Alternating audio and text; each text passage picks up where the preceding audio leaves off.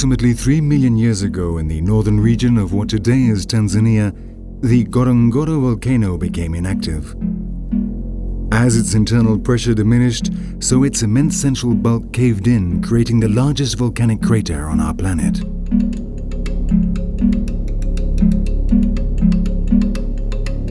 This fertile ground, which as well as being covered in ash from surrounding volcanoes, also received a higher rainfall than that of other neighboring regions, soon giving rise to an array of flora.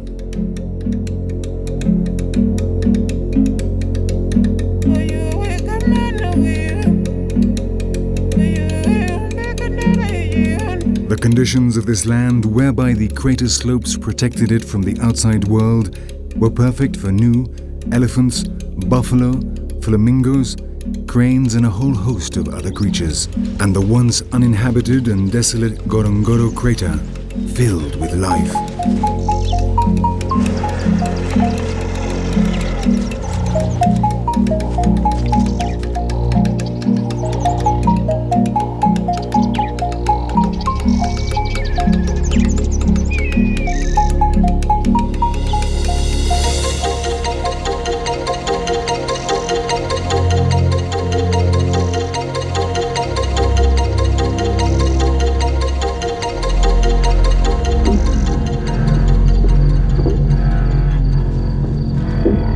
Some 15 million years ago, long before man walked upon this planet, the Earth shook in the distant region of the African Rift. A gigantic 1-kilometer high fault crossed the north of what is now Tanzania to the Gol Mountain. The magma emerged from the bowels of the Earth, scorching its surface and filling the landscape with fire and desolation. What was once a vast plain now became a ripple of mountains and abrupt valleys, and volcanoes dominated the skyline.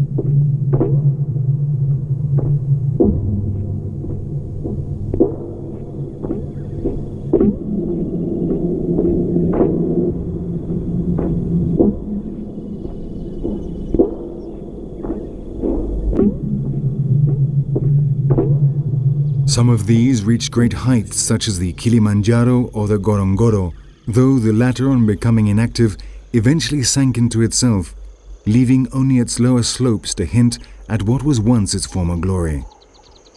The landscape has radically changed since then, and today the Ngorongoro crater harbors numerous ecosystems.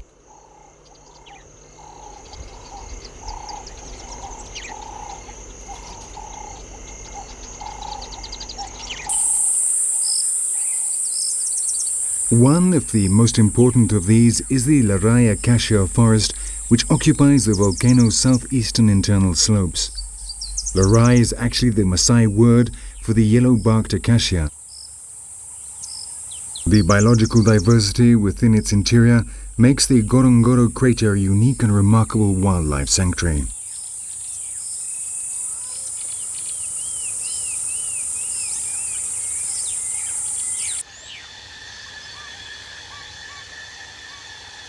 Next to the acacia forest, the wetlands, rivers and lakes remind us that at one time the bottom of the crater used to lie entirely below water. The permanence of these ecosystems, even in the dry system, has established a proliferation of species such as flamingos, pelicans, or the immense hippopotamus.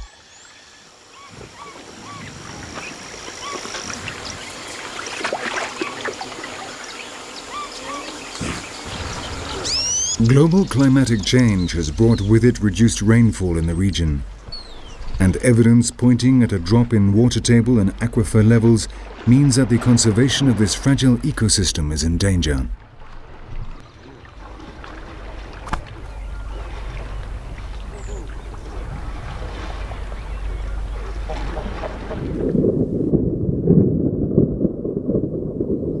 The rainy season has arrived. From November to May, the crater radically changes in appearance. The dry prairies turn from yellow to green, and herds of gnus, zebras, gazelles and buffalo come from the Serengeti in search of new pastures. The clouds shed their water, soaking the ground and replenishing aquifers, rivers, wetlands and lakes. It is a period of abundance.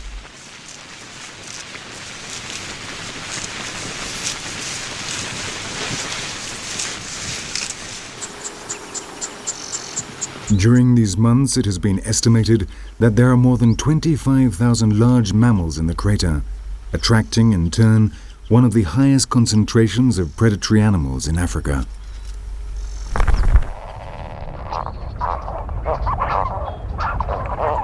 Lake Magadi is the only lake to retain water during the dry season.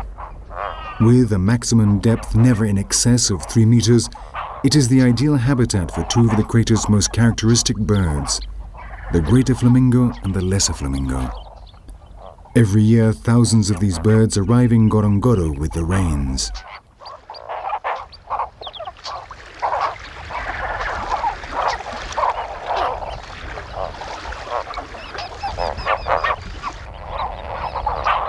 Huge colonies of flamingos come to the lake where they sieve the water in search of algae and crustacea, their staple diet.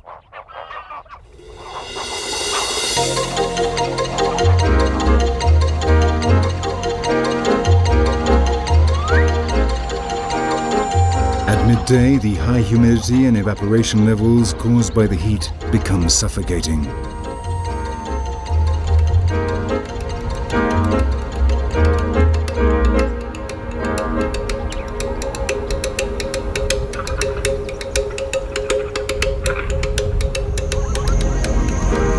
The grand zebras nip each other while playing. The simple exercise plays an essential role in establishing and consolidating the social ties within the group.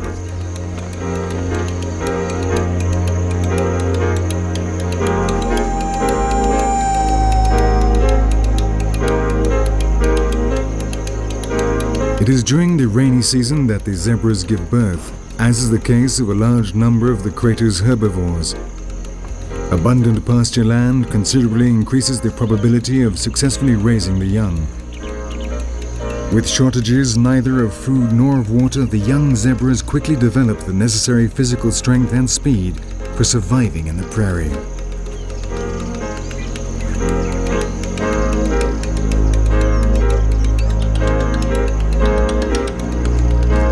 The great herds of gnus are also breeding, and almost as soon as they are born, the young will be able to follow their parents in the prairie.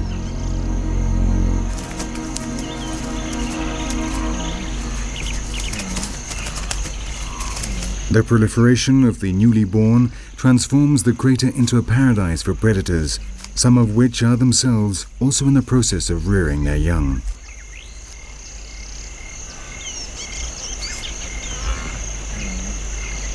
The young jackal's mother can rest assured that there is enough food for the entire litter.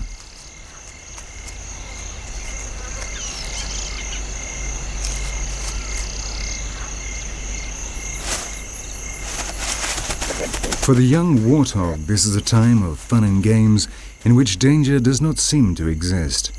Such a carefree attitude is compensated for by the mother, who will take on the burden of worrying for her young as long as they depend on her.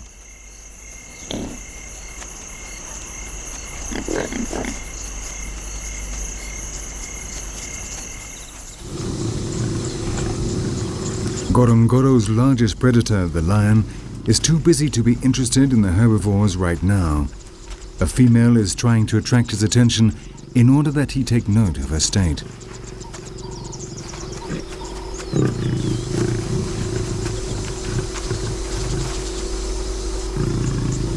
And, as so often happens, when he responds, she rejects him. The male seems to have lost interest, but the female would not give up so easily. She starts her act again, showing herself to be receptive and submissive.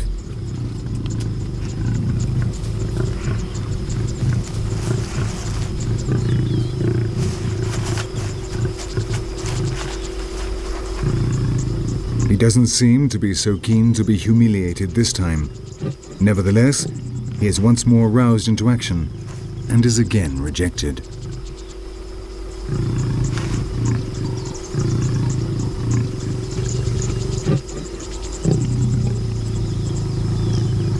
Finally, the female consents to being mounted. This torturous game of push and pull may well repeat itself every 20 minutes throughout the whole day.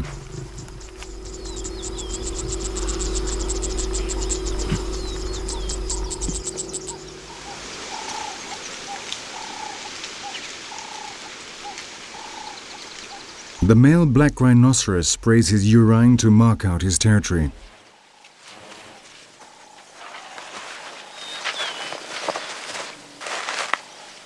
A female on heat has entered his territory, and the male rushes towards her, excited by her scent. Within the Ngorongoro limits, this scene is becoming increasingly frequent. The shape of the crater allows for efficient vigilance against poachers, and today its wildlife is generally considered to be safe, at least from this source of danger.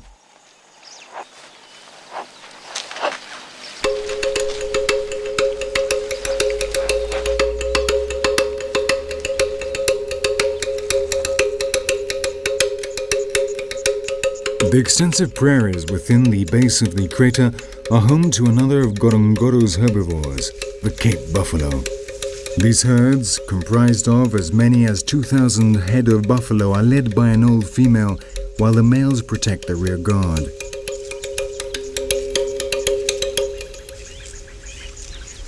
The buffalo's poor hearing and eyesight mean it has to depend on its acute sense of smell to detect the presence of enemies. They raise their heads continuously in order to pick up the messages carried through the air to their nostrils.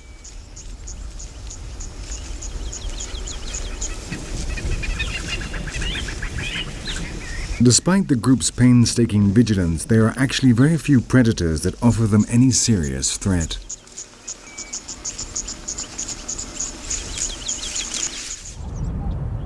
The Cape buffalo is really a stretch on the limits of the lion's hunting abilities. Its size and strength make it a very dangerous animal, and no predator would choose to attack one if it had another smaller choice of prey.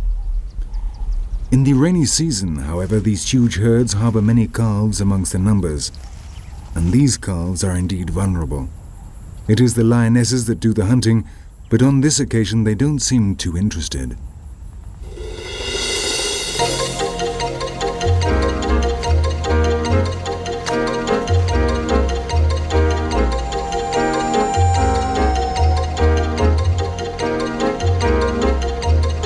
Nevertheless, the buffaloes remain on guard. This time, it is a male lion that has taken the initiative.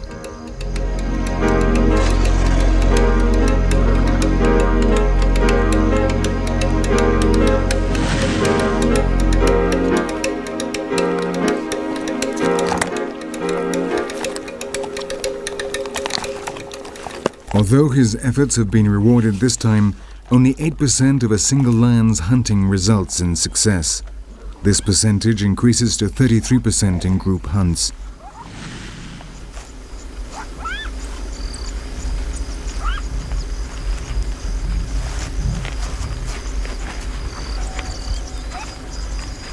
Three families of lions live in Ngorongoro. Their interaction with lion populations from the outside is almost non-existent, and inbreeding is frequent.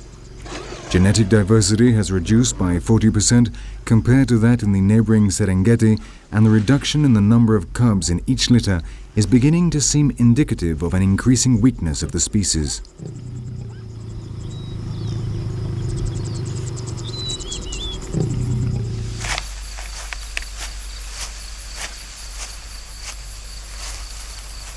In the world of birds, hunters and the hunted also live side by side, and the Abdim stork has its airborne version of the lion to contend with, the eagle.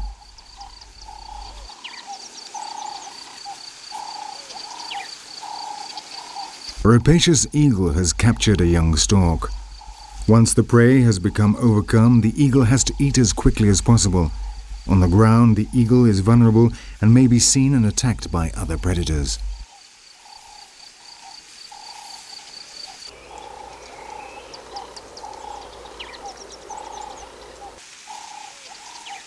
Having satisfied his appetite, the eagle will seek the protection of the trees and will even leave his catch behind if it is too difficult to take it with him.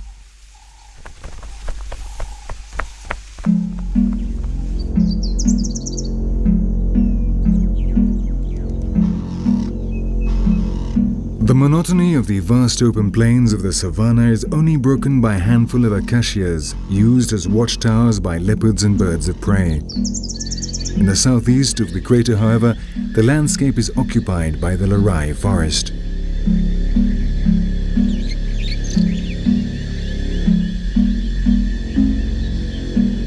The forest's protective acacias are home to an enormous variety of fauna.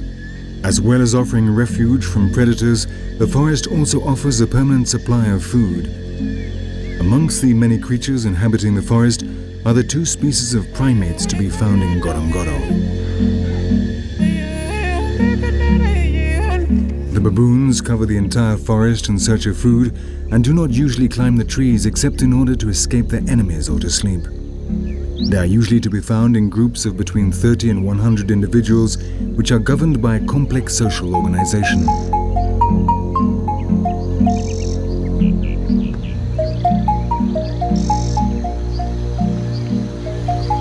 The fights among the young are frequent and help establish the pecking order amongst the males. A mere demonstration of strength is usually enough to convince the weaker contender to admit defeat, and such fights rarely lead to bloodshed.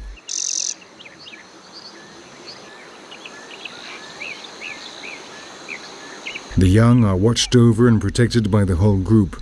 Such diligent vigilance stems from the fact that the female baboons are not fertile until the age of 4, and also because they feed their young for a long period of time, thus spacing out the birth rate.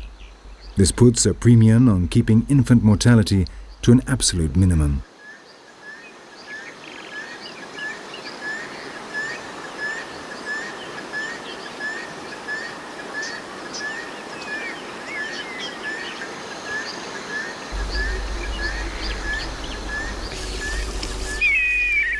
The vervet monkeys prefer the more open areas of the forest where they feed on fruit, bulbs and roots. As opposed to the baboons, these small monkeys' only possible form of defense is escape, and they are attacked by both land predators and birds of prey who do not hesitate in robbing them of their food.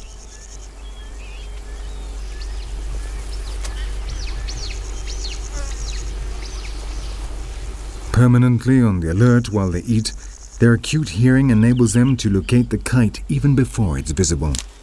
The powerful talons of these birds are a sufficiently convincing argument against fighting to keep the food. The best thing is to leave them to it and to run for cover.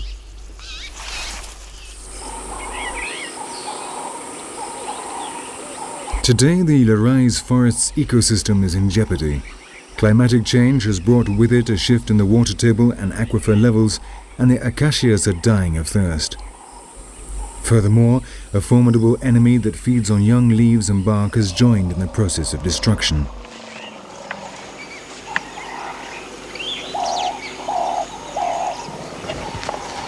The African elephant, which is born at 100 kilos, can end up weighing as much as 6 tons as an adult, consuming some 300 kilos of food a day. In the dry season, 70% of its dietary need is satisfied by trees, an excessive demand upon the withering Larai forest.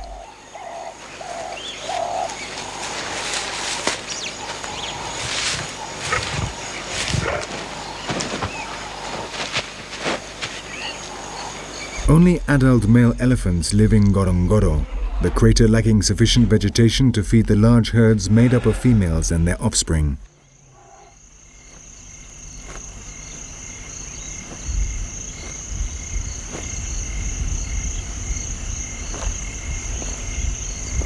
The elephants go to the nearby rivers and pools for their mud baths.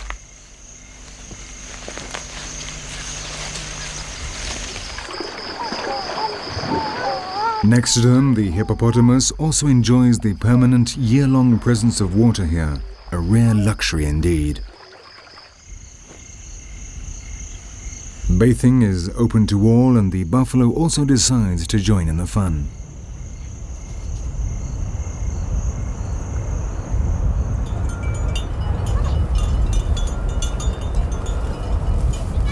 Another species that goes back a long way here in the crater and which is impervious to the daily struggles between predators and prey is man. Some 10,000 years ago, the so-called Stone Bowl people lived off these lands. Then came the Mblu, and after them the Datoga.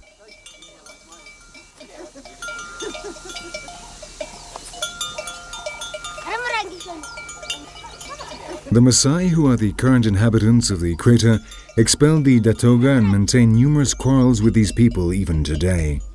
They refer to the Datoga as the strong enemy. In 1956, the then National Park of Ngorongoro, which fell within the Serengeti, was the cause of polemic after agriculture and farming were banned within its limits. The Maasai inhabitants were not prepared to renounce their historic rights, and the Tanzanian government eventually had to segregate Ngorongoro from the national park, creating the so-called conservation zone with its own special management.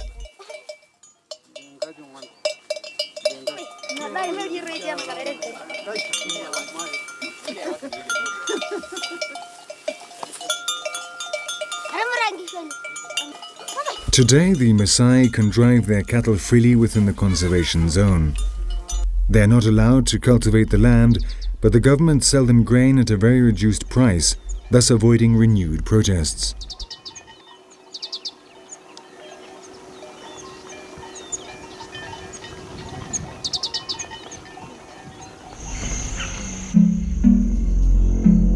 One may well suspect that the Maasai's domestic livestock would be in competition with the large herds of herbivores that inhabit the crater. However, the crater has enough grazing ground to feed both without creating difficulties, and therefore domestic livestock does not pose any threat to the conservation of the area.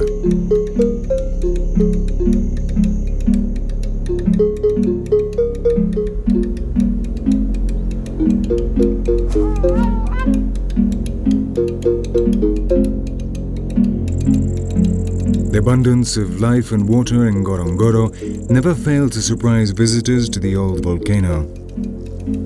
The mountains that have so jealously guarded the secret of this crater, hiding it away and caring for its climate, have made it a unique enclave in Africa. Here we will not witness the amazing migration of gnus to be seen in the Serengeti, because the large bovid herds, the flamingos, the black rhinoceroses, and the elephants enjoy a year-round bonanza without equal in the rest of East Africa.